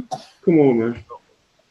I think he woke up and chose violence. I think it's the opposite. That young man, he don't fap clearly because he had testosterone to go against an NFL quarterback who's like 6'4", right? Yeah, he definitely don't fap. That nigga was on. He's not a fapper. That nigga, he was looking for all the smoke that day. He wanted the smoke. Now listen, I want y'all to pay attention now. Where NFL players play the game of football on the field, they talk shit to each other, right? I mean, Tom Brady had 6 rings when the Honey Badger was talking shit to him. Am I right? During the Super Bowl, wasn't he talking shit to him? That's a fact. Okay, now this young man has no NFL experience. Granted, he might not even be a top player on his team. But they're out there on the football field, a man's sport. It's a bunch of little men out there ready to prove themselves. And he said, you know what? I'm going to tell Cam how I really fucking feel. He probably said this shit in the group chat earlier, and they said, you ain't going to tell Cam that. You ain't going to say that to Big Cam. He said, watch me. So he said, Cam. And they didn't have the footage of what started the conversation. Cam probably said some slick shit to him. And that's because it sounded like, you know how a young dude respond with like some hurtful shit? And you just said one little thing to them? That's what it sounded like. Cam might have said something like, yeah, but you can't throw a spiral yet or something. And young man said, yo, you fucking ass, bro. You a free agent, bro. What the fuck? He said you ass. Now, Shifty Rogers, is the man not a free agent? Man, the man. Wait, time out. When you are a free agent in your like 10th year of playing football, something's wrong, isn't it not? Did the man not throw 8 touchdowns, 10 interceptions last year? He rich, you heard that, man. For organization, he couldn't blame it on the organization. That organization won about 6 Super Bowls in the last 15 years. So clearly the young man has a point. And what he was saying, now he didn't have to say it like that. Could have been more humble, could have been more respectful. I agree with you on that, fellas. But Cam Newton didn't turn around and say, hey, fella, when you get in this position, let's see what you do with it. He said, I'm rich. And that's the same attitude that Cam Newton has with the way he approaches the game of football. And that's why he's a fucking free agent right now. Because on Instagram, you don't see him working out, working on that fucking pass that he can't throw. Because he can't throw a third down pass to save his life. That's a lie if you say that man will be working on it. What you see, that's when you got shit fucked up. Him and Chris Brown got the same Instagram. This when you got shit fucked up at. Nigga don't have to show you he working out to let you know he grinding. That's what the social media. The man is in leather fucking cute ass outfits with the fucking hats on. The fedoras hat. I don't want my black quarterback wearing no fedora hat in the off season. No. Did Michael Vick win a fedora hat? No. Did Warren Moon wear a fedora hat? No. Not even Dante Culpepper. He's more Cordell Stewart than anybody else. And I know you don't know who Cordell Stewart is, Shifty. But don't know who the fuck, bro. Stop, bro. No, you don't know his side life. He was a straight quarterback, but he's a cornball, man. Okay. So Cam Newton flow is Cordell Stewart. And Sean, all I can say is the young man wasn't necessarily wrong. I just think that if Cam Newton punched him in the face, Cam Newton wouldn't have been wrong neither, because it was disrespectful. I don't like how he was coming at him. Okay, he did come for his neck. But if I'm Cam, I handle that a whole different way. See, hurt people. And when he said, where's your dad? I think he was trying to say, do you have a dad? You see what I'm saying? I don't feel like that. I don't feel like he was coming from a place. I go too deep with it. Goddamn, I don't feel like that's where he was coming from. All right, so we covered that. I don't think there's much more to say. I just want to make sure we're not missing no topics. We're going to start to wrap up. Shifty, you got 13 minutes left, bro? You got 20 minutes left? Come on, bro. Do it for the city, man. We got Sean here, top Rambler, man. I have 6 minutes left, champ. See, you got to stop fapping, bro. Hey, you know, Shifty got to go. Shifty got to go. I got some time with you, Juice. All right, word. As long as Sean is here with me, B. Nigga get off that liquor and that's that fat man. You get some pussy. All right, so last subject we're gonna cover with you, Shifty Rogers. Why you gotta paint the narrative that I never get pussy? I'm 30 years old. I can have a 6-month drought. That's a fact. It's warranted. I can have. Sean, do you feel like there's anything wrong with a 6-month drought on a 30-year-old? Ain't nothing wrong with it. Shit, more power to you. Shit, better you than me. Cuz, what you said, cuz? What you said? Well, better you than me, cuz I don't agree with them. Santa Rita agrees. Cuz, better you than me. Alright, bet. So what y'all think of the... So TEKASHI 6ix9ine has like 100 million views on his video. He caught Meek Mill on a what you call it? What do you call that shit? Troll viral moment. Yeah, that was very troll-like, man. Oh, at the club, right? Yeah, that shit. Outside the club. Now I'm telling you now, if he try that shit with a nigga like Pacino Dino outside the Wildlife Center, that shit going a little different. Shit going just a little different. I believe he tried that shit with anybody, go a little different. Me, he should have did what he had to do, bro. But you never know what legal issue niggas going through, bro. Yeah, because the man is clearly an FBI informant. Yeah, you know what I'm saying? You hit him. So Meek handled that shit the right way. Yeah. Oh, yeah. And it's only the little kids talking shit. Yeah, Meek, you ain't do nothing. That's little kids. They don't know. Because at that time you got a brand to protect Meek, so it's exactly. Right, you know I'm glad Meek is moving. You already know they got a tag on him for all that legal. But I mean, he did all that shit with 5 security guards in front of him. TEKASHI, then he did she said a fucking Pooh Shiesty bar. Like nigga. So when I originally posted this, Shifty texted me and said, "Yo, but we gotta talk about the Meek Mill bar that he said in that song about Kobe Bryant." Shifty, do you know what the lyric actually was? Do you have that anywhere? Yeah, he said if he going out with his chopper like Kobe. Okay. Now, Sean, do you feel any type of way about that line, being that, you know, the great Kobe Bryant passed away last year in the chopper, and Meek is saying, you know, if anybody runs up, he gonna go out with his chopper like Kobe? Is that something that bothers you? I feel like he could have used definitely like another line. With the Kobe shit, with the Kobe situation, you only pay homage to Kobe. You understand what I'm saying? You don't really that shit. But a lot of rappers use metaphors to make it. You know what I'm saying? But no, you don't say that though, Meek. You gotta, as you being a black figure in this culture with a certain spotlight on you, you don't say that. You don't say it's that. tasteless. Yeah, that's the word. Yeah, you feel me? Tasteless. Yeah, exactly. You don't gain a strike from that ball, but you lose a strike from it. You know what I'm saying? Yeah. So I'm pretty sure like plenty rappers done use the like I just said, that's why I said rappers use a lot of metaphors, but you got to pay homage to be. You can't just, you know what I'm saying? Then, like I said, it might be 100 rappers that have said something that we don't know, but we don't got a spotlight on like that. Meek, you say you under a microscope already. You can't say shit like that. I like where y'all going with this. Yeah, I don't really have much more to say. I'm not a big Meek Mill fan. I actually feel like our rap circles around Meek Mill, and I don't even know how he got real famous. The first album was okay, you know what I'm saying? But after that, matter of fact, Championships was okay. But now he got his catalog timeline is hit and miss type. It just has no replay value. Yeah. It don't have like, you can't say this nigga won the 4-album stretch. He killed every one of them. That's a fact. Yeah, it has no replay value whatsoever. All right, so moving along, yo, all these chicks that you sold hoodies to, they all of them taken? Just wanted to know.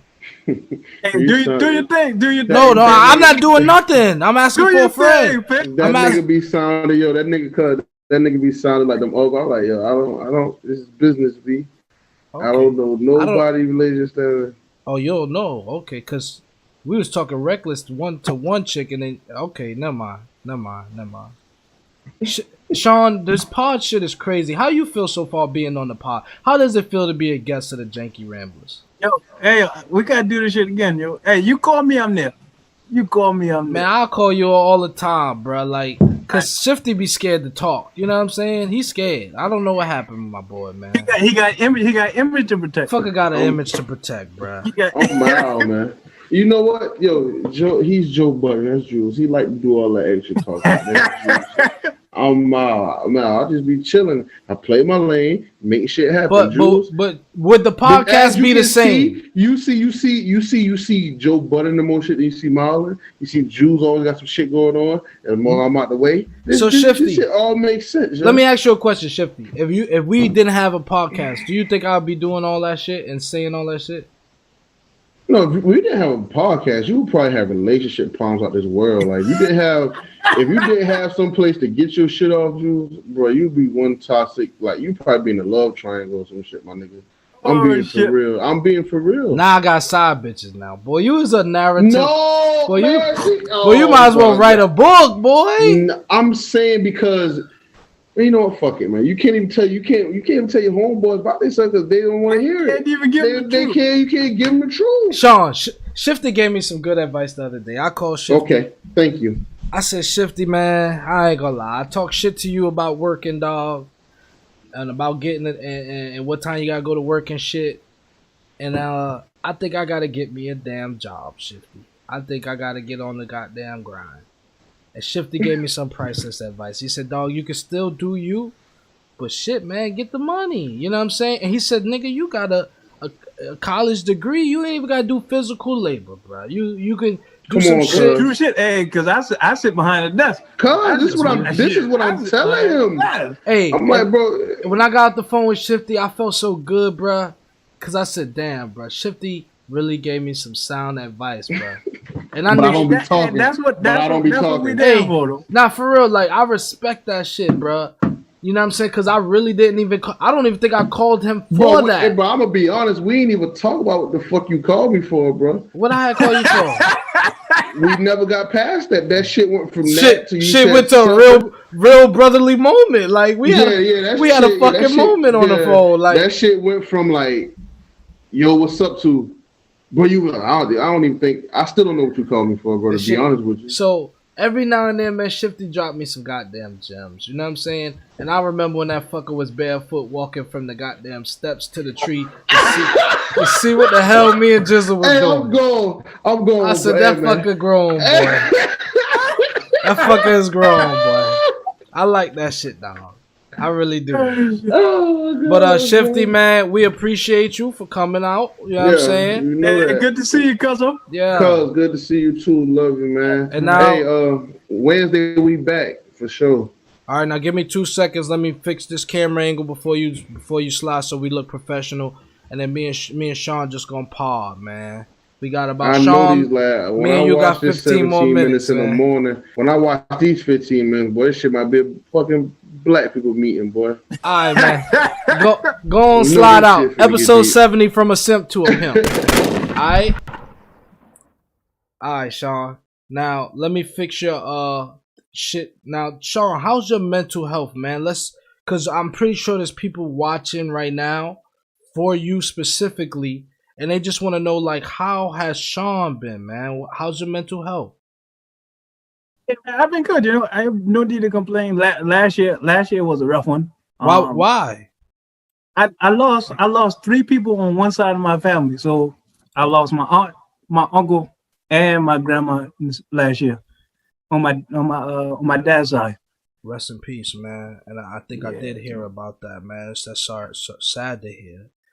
What did you do to kind of bounce back a little bit, or just like, you know, regain some of your joy, bro? Because so being around family like was number one, like definitely like remembering the good times, you know, and just like being surrounded by like love, and I got little ones to raise, so like seeing them smile and happy, like that was definitely rejuvenating for me. So shout out to my lovely wife for giving me 2 beautiful daughters. And my oldest one back in South Carolina. So family is everything for me, man. What's it like to be a father of little girls? Like, you know what I'm saying? What's that like? Let me tell you, man. Hey, it's a job. It's a job between getting them dressed, getting them fed, getting them ready for the world, man. Because the world don't like people like us. The world don't like black and brown men, women, boys, and girls and shit. You know, got to prepare them for the harshness of reality on the outside. But on the inside, you know, try to foster a space of love, of openness, so that way, if they ever need a safe space, we're here. So that's where we at with it. Do you ever feel like as dad, you got to be super dad, like you can't let your kids see you be vulnerable? All the time. So here's the thing. So when I came home from my uncle and my grandma's funeral, like I came alone. Like I drove 8 hours, just me. The wife and the kids stayed up here, and it was because I knew that I had to be there for my dad, and I knew that I needed that time for me to grieve properly. Because if I had to take them down there and worry about, you know, making sure that they were okay, it would have been more taxing on me mentally. So, do you get enough sleep? I got a newborn. Well, not even a newborn no more. I got a 5-month-old. 5 months, man. Yeah, sleep. What's that, bro? Okay, because I'm trying to get ready. How often do you have to change the diaper? Hey, at least like 2-3 times in an hour. Damn it, man! Yo, my God! Get ready, yo. Let me tell you, most expensive thing you'll ever buy are diapers, wipes, and formula. Shit, expensive. Hey, you know they put that shit behind like the glass and the lock and key. That shit like $30 a canister. Yeah, for some goddamn Infamil and all that. Yep, $30 canister. Now, how much is Pampers, bro? Cause my girl is on me about buying some damn Pampers. She want me to stock up now. Hey, now's the best time to do it because you can never run out. At least until they start to get a little bigger. But buy now. So start with like 1s and 2s. Cause hold on, let me see if I can get cursed out for you. Let me see if I can get cursed out for you. Oh damn, I don't think she gonna answer. Okay, I just wanted. I was gonna call her and say, damn, Sean said we gotta start now. Oh, let me see. See if she answer. Hello. Hey, this is Julz Jones of the Janky Ramblers podcast. How are you, Kalia? Fine. I'm over here talking to a father of 5 months, and he's explaining to me that some of the most expensive things ever is Pampers. What else, Sean? Wipes and formula. Wipes and formula. Are you aware that formula is about $30? Yes, sure. Okay. Is this why you have been avid about me starting to stock up early? Yes, sure. Okay. And while I have you on the line, am I currently in the doghouse? Julius, why are you Julius? It's Julz Jones of the podcast. Julius, no, you know what I mean? Yes, you are. Why?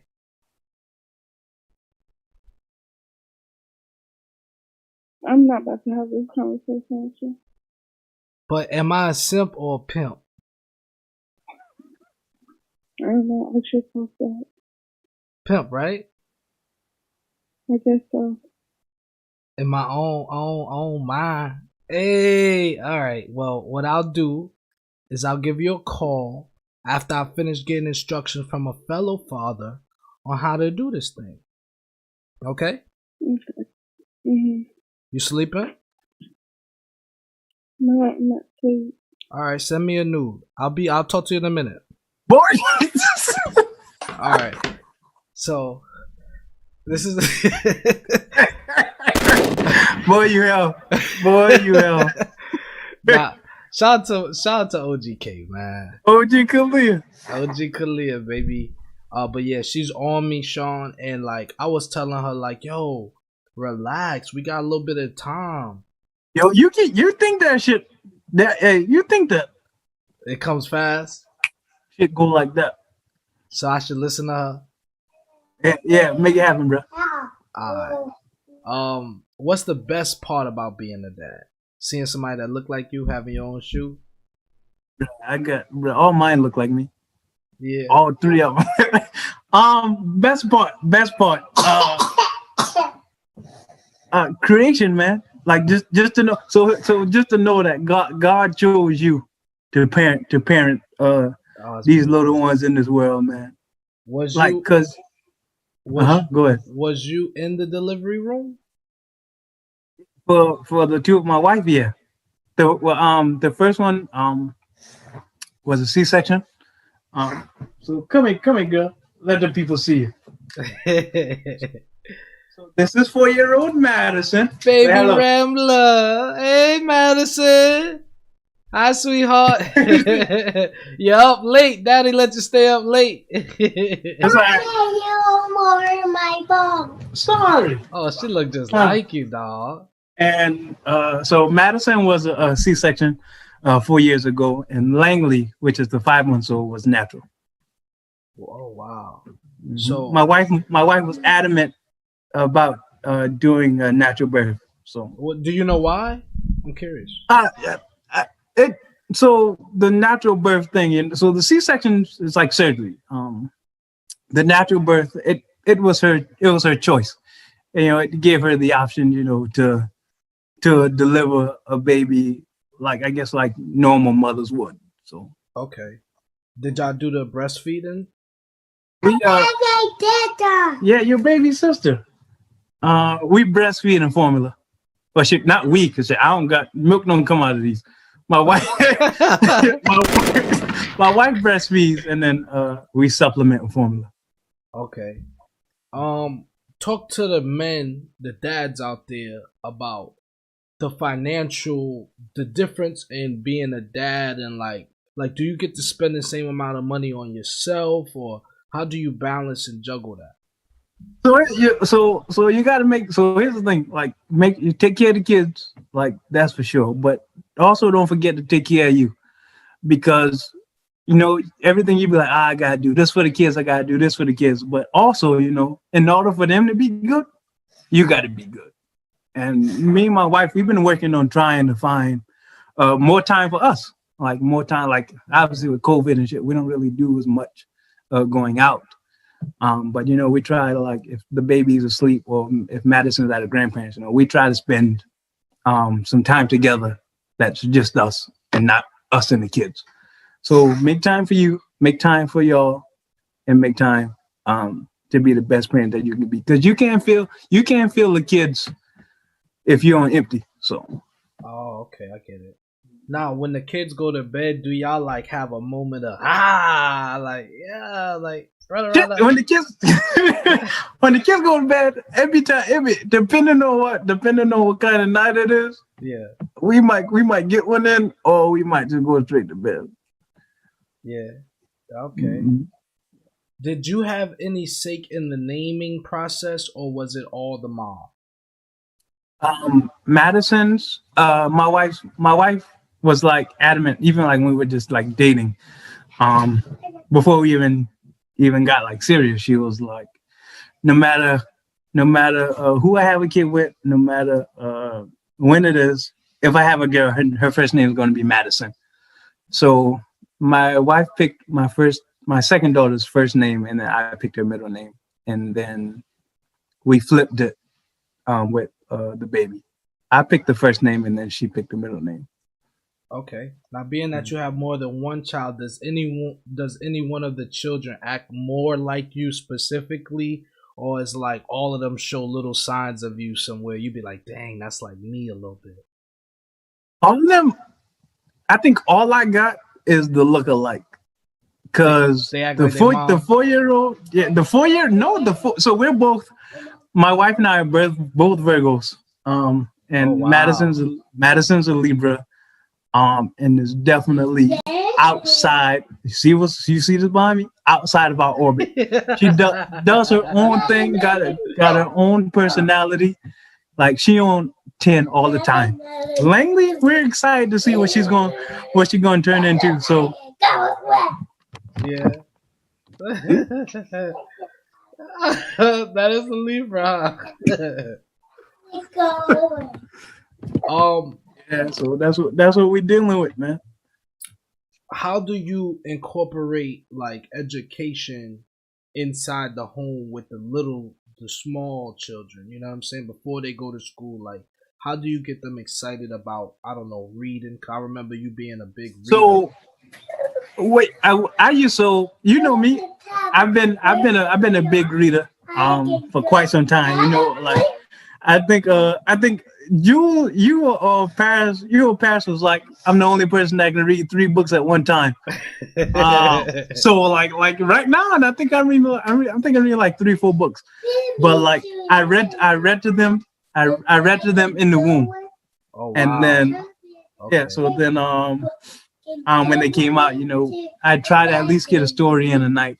So working with that, starting their own little library collection, making sure that there aren't just the fairy tale story times, but they're also like books about Black and brown people, books that have stories and pictures that look like them, so that they can be a bit more connected to those stories. Beautiful. What would you say your favorite book is? Just for you, your own. Fine. I know you ain't reading Zane books. Nah, you know. My favorite one would have to be the selected stories and poems of Langston Hughes. I've read Langston Hughes. I don't know if it was an autobiography or something when I was real young. And That's where he was from like Kansas originally, right? Somewhere like that, and then he moved to Harlem. Yep, Harlem. Yep. Only 2 readers would know shit like that. But Langston Hughes was a dope guy. Poet laureate Langley's. So if Langley was a boy, her name would have been Langston. So I just feminized Langston. I like that. I like that a lot. Have you ever read The Giver? Yes. Sometimes I think I'm like Jonas. Like I feel like I see shit that, you know how civilization feels so like the norm, like it's the normal people, everyone's inside the matrix, but it's a few of us that kind of can see in color, can see the patterns, right? Do you identify with Jonas from The Giver? I somewhat. I wouldn't say not 100%, but I definitely understand the ability to have that otherworldly or that outside this the is box. this is where I am, but I know that there's more to come, or there's more than just where I am right now. I have a good question for you, Cuzzo. Primarily, you grew up in let's say a more rural town in South Carolina. Edie Town, South Carolina. Shout out to people to be born and raised. That's right. Facts. That's a fact. All right. So now, when you first, I don't know when you first saw DC, but let's say your first year of actually living in that city environment, how much of that was a culture shock for you? All of it. Cause tell you what I missed about the country were the trees and the quietness, the serenity of running down the road to grandmama's house, or just late at night sitting outside on the porch and watching the stars in the sky. For me, that was the thing. In DC, it was whatever light you saw up top was skyscrapers, diluted by all the street lights and car lights. There were sirens and ambulance like nonstop all night. Yeah.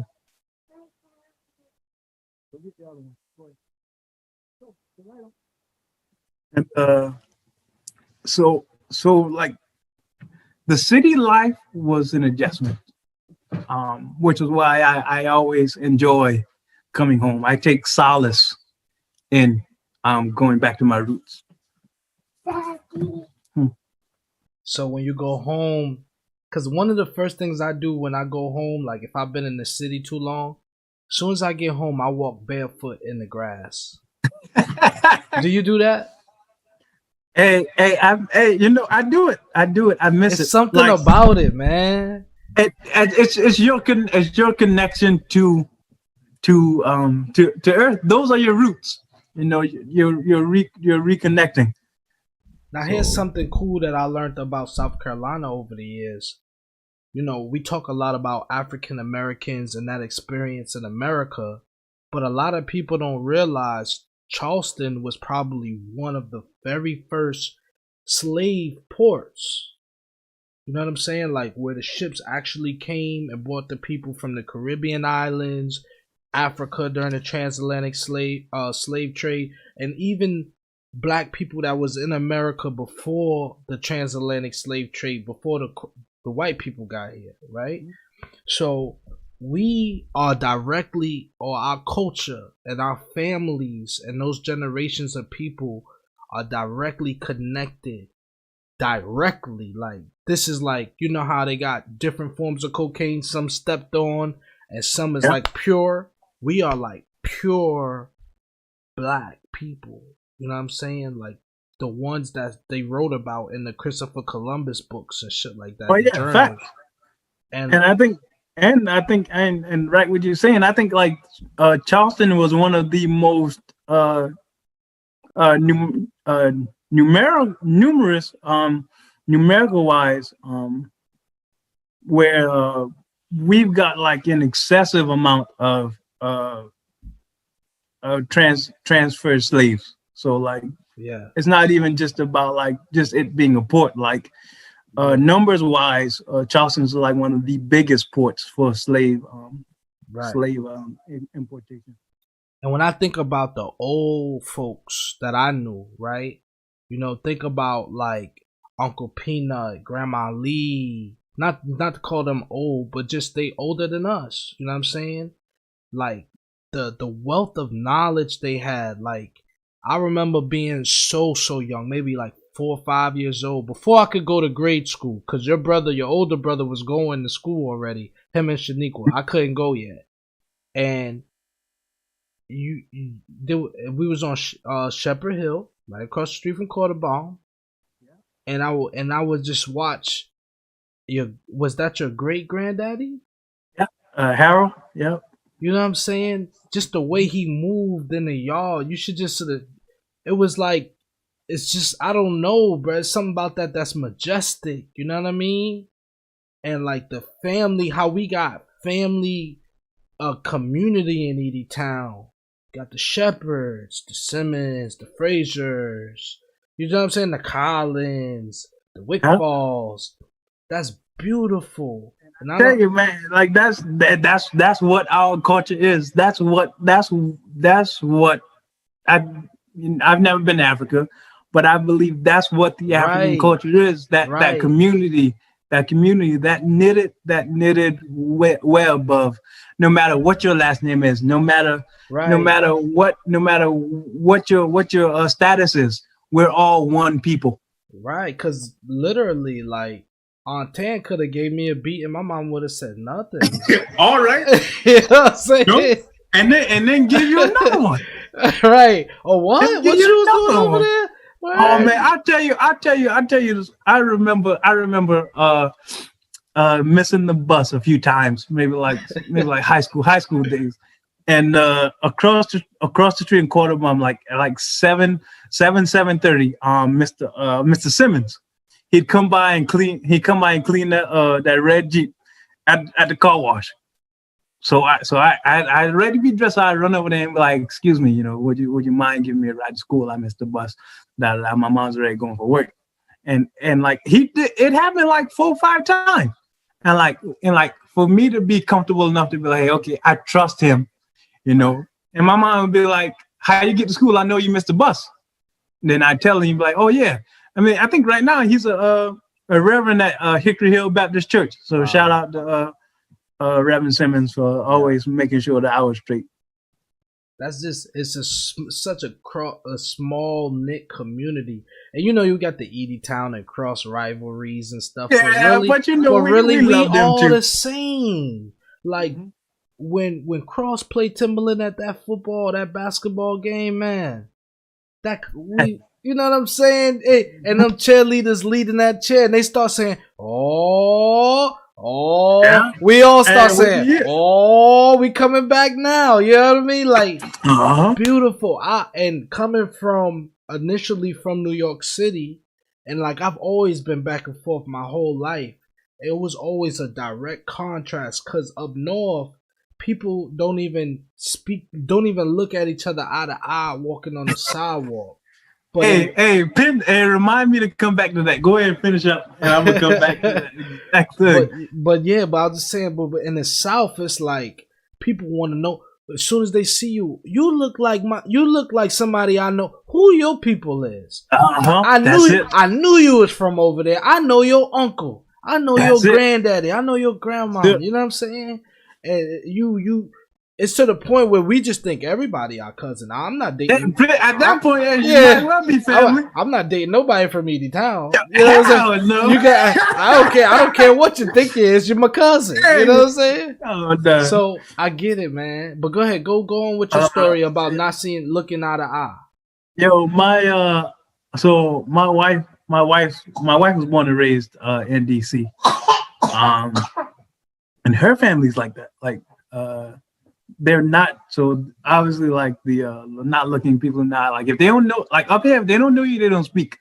But my wife was not raised like in that like close knit community, like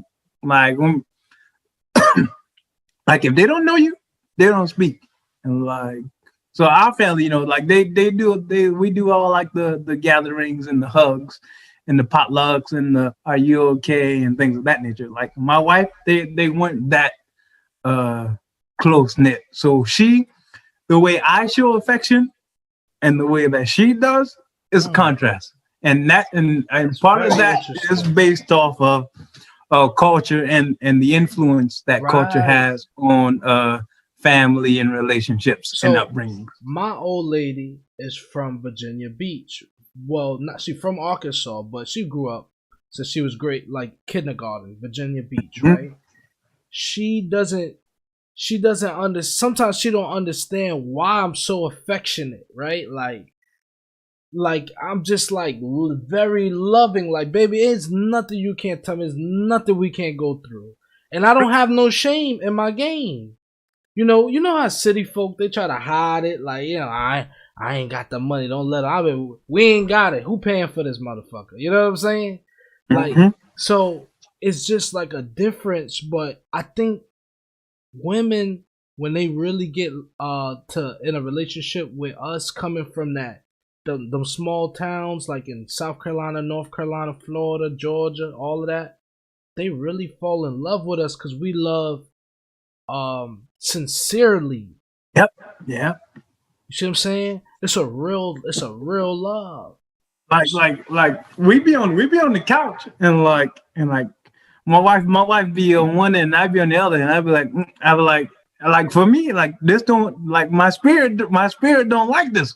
Come closer. I'll move closer. I'll move closer. Like shit, like we don't even gotta be underneath each other. Lay your feet across my lap. Like let me touch some part of you. You know, and that's just my number one love language is physical touch.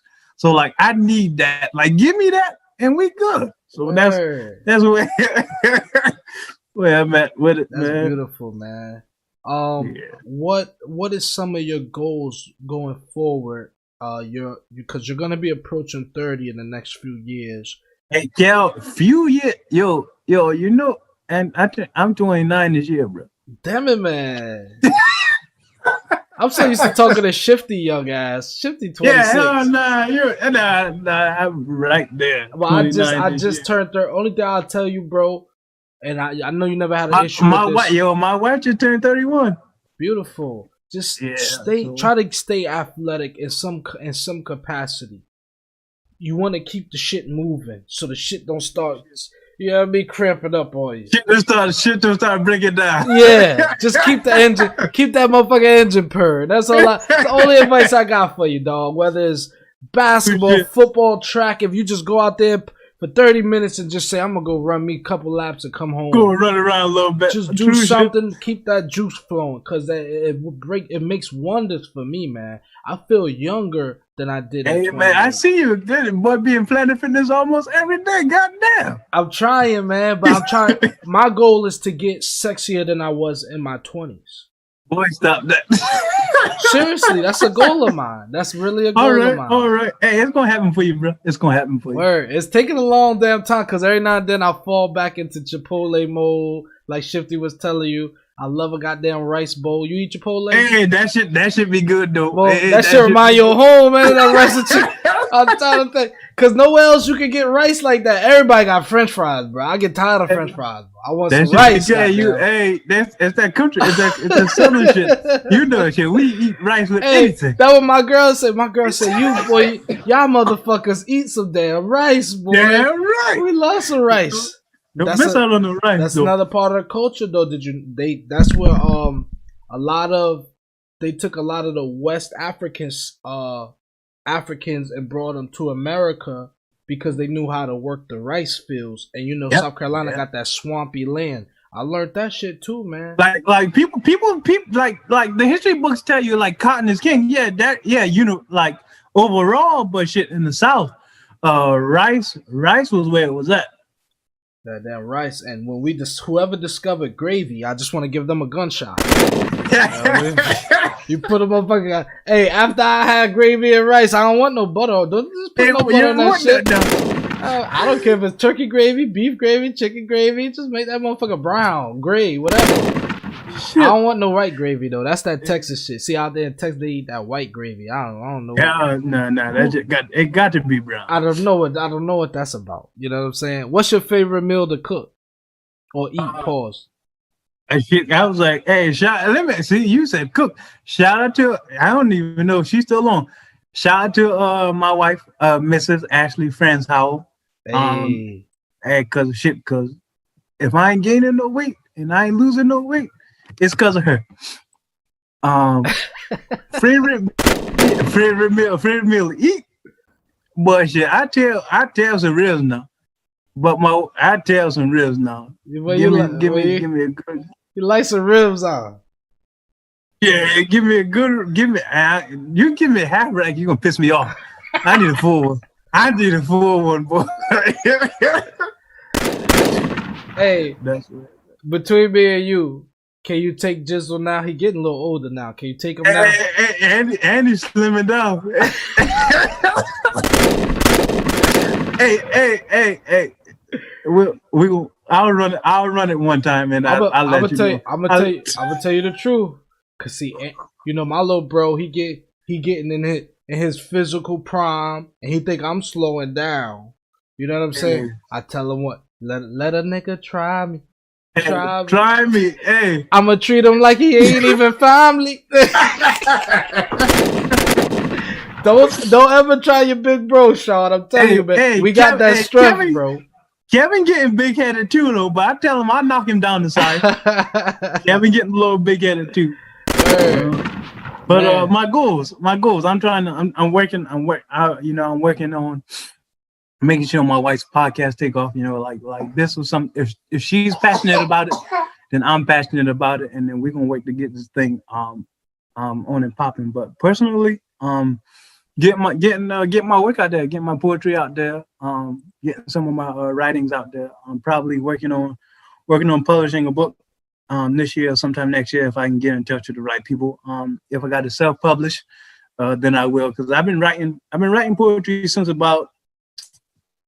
like 06. Like 06, 07. So I'm working on making sure that my work get out there. I'm trying to be the next Langston Hughes. That's beautiful. Have you reached out to any publishers, or did a Google search to find out how to become published?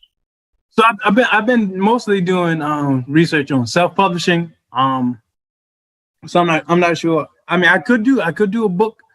Like I want freedom. I want creatorship. Like I want to write when I want to write, because it's not. I don't want it to be a job. It's something I love. So I've been doing it for a while. If you like, I can share one with you right now. I keep telling. Jizzle was supposed to put me on the track, but we ain't never get there. So, but I can pull one out for you real quick. Yeah, man, go ahead. We would love some spoken word, bro.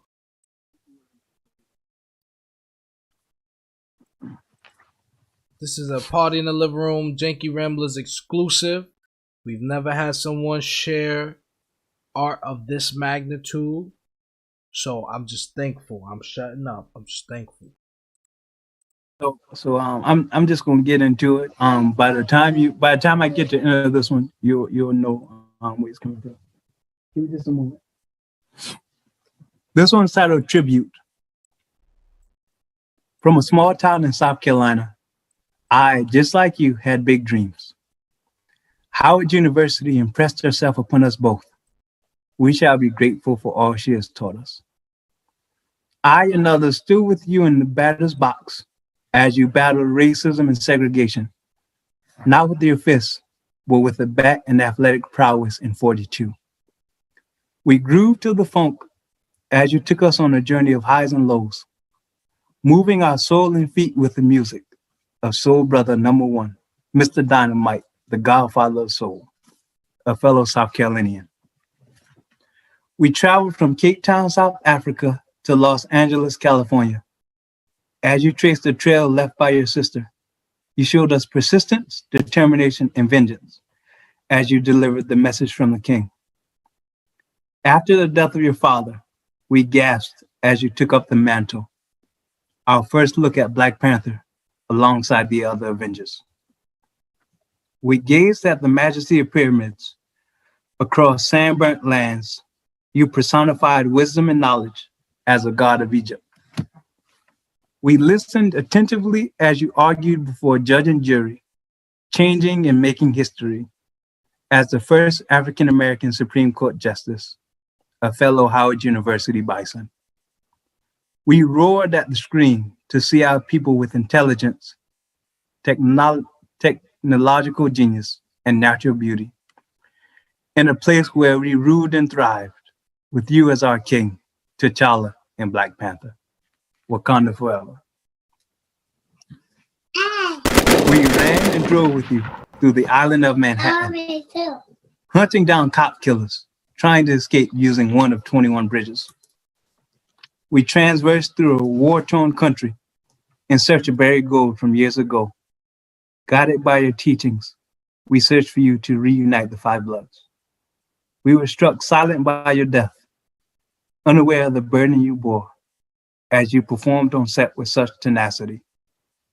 We shall see you again in the ancestral plane. Chadwick Boseman, 1976 to 2020.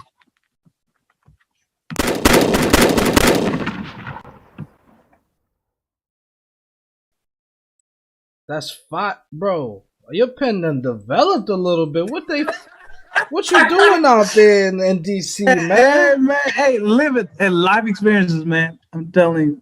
That's beautiful, man. Do you? Hey, appreciate you, man. Can you give us one more to take us out? You got one more on you? I wrote. Hey, so again, I wrote one for the podcast. I wrote one for Hands Up, Don't Shoot podcast. We're gonna be. Hey, it's gonna be live. We ain't get there yet, but it's live. I got a good one for you. I got a good one for you. This is beautiful, man. If y'all don't know, man, this is the infamous Sean Howell, man. Cross High's finest, man. Listen, you know you don't want to run up on somebody who can write a poem about you after they fold your ass up on that wrestling match. Hey, I got one about that too. But hey, we gonna. I gotta go. This it. Hashtag Black Lives Matter. This is precisely the time when artists go to work. There's no time for despair, no place for self-pity, no need for silence, no room for fear. We speak, we write, we do language. That is how civilizations heal. Toni Morrison. Say their names, remember their faces, know their stories, live to tell their truths. Sandra Bland, Freddie Gray, Breonna Taylor, Tamir Rice, Tatiana Jefferson, George Floyd, Stephanie Washington, Walter Scott, Miriam Carey, Oscar Grant, Ayanna Stanley Jones, Michael Dean, Antoine Rose II, Betty Jones, Terrence Crutcher, India Kager, Philando Castile, Pamela Turner, Michael Brown, Corin Gaines, Amando Diallo, Rakia Boyd, Rodney King, Kendra James. Some of these names you know, some of these you don't, and many more that my pen and paper couldn't list if I had 10 lifetimes. Unarmed Black men, women, girls, boys, murdered, brutalized by police officers. Hold them accountable. Hold the system accountable. Hold the nation accountable. Stay informed, get involved. Black Lives Matter.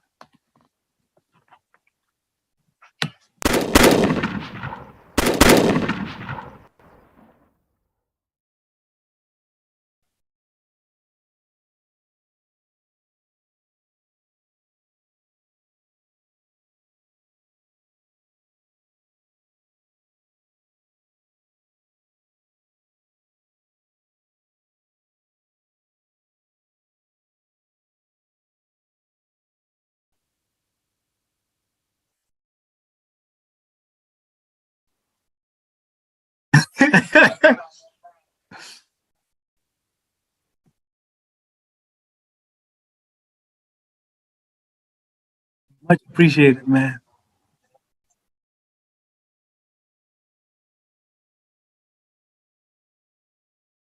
And shit, who you telling? And shit, and how he used to get into the house, how he used to get back in the house at night. Him goddamn tapping on the window and I gotta let him in.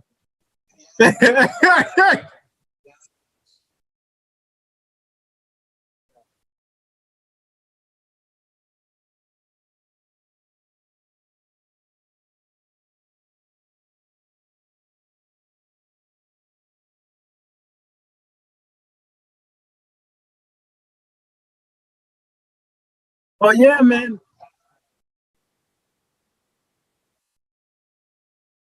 Because it's the evolution, man. Like if again, it's the evolution. It's starting. It's knowing like where you come from and where you're at right now, just to see that progression and that growth.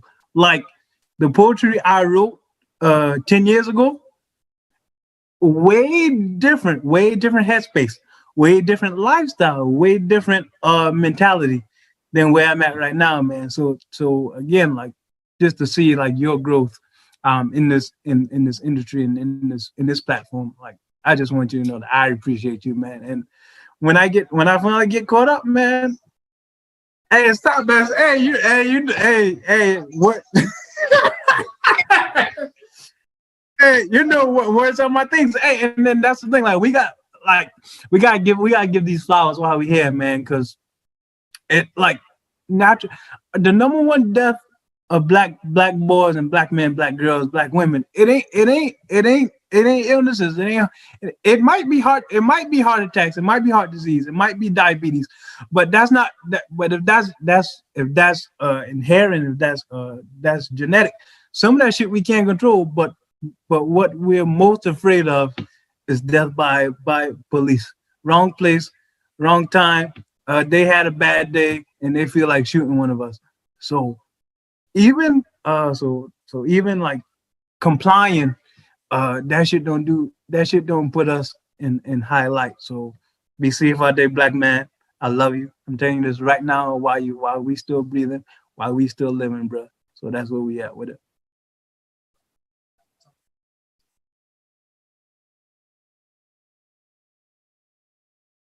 So you can find it on Facebook if you search Hands Up Don't Shoot Podcast.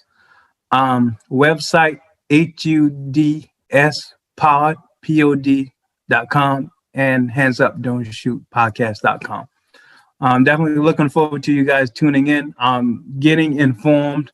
We're also trying to build a platform where when you feel enraged by these stories, that you don't just sit on your anger. You don't just sit on your rage, that you turn that feeling, that emotion into action, into positive discussion about how you, your friends, your family can impact the community in which you live in to somehow protect us.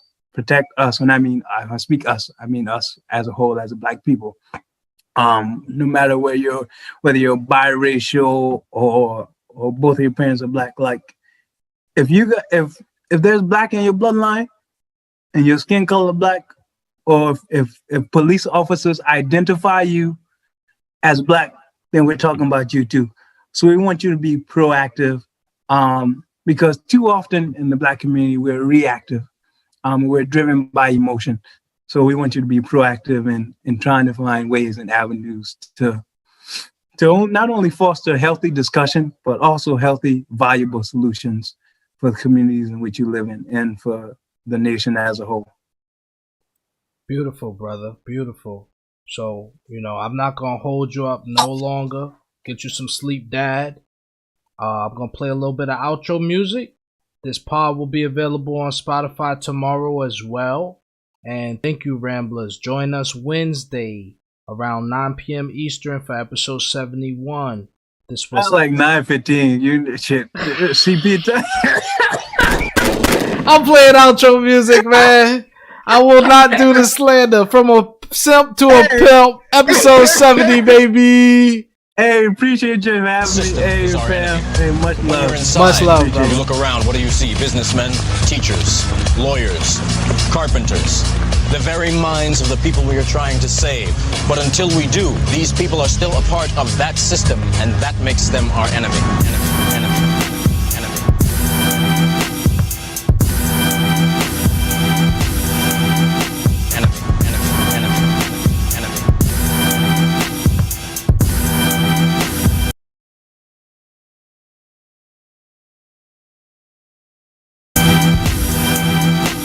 Don't tell me what you think, tell me what's real. Conspiracy theorists, bitch, be real. That's why I don't party much. Niggas don't check priorities much. Niggas be acting like everything cool. Like fuck education, fuck school. For a demonstration, nigga, I'm Julz. Mister got kicked out and cut school. But my little group will her do. Discuss the things that left us puzzled. So this is a research group. And we lift up from Earth 2. Wasn't looking to harm you. Just trying to see what you was trying to do. I guess I talks offended thee. Cause now you treat us like the enemy. The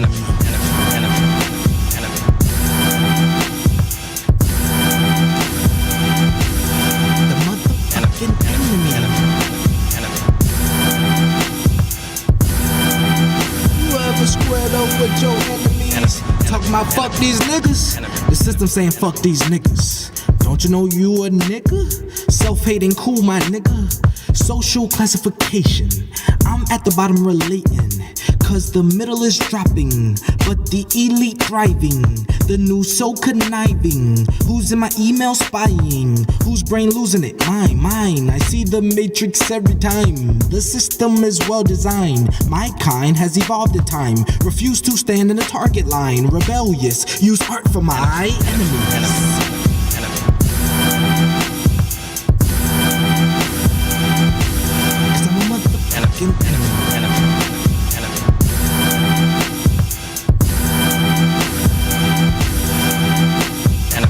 Conform.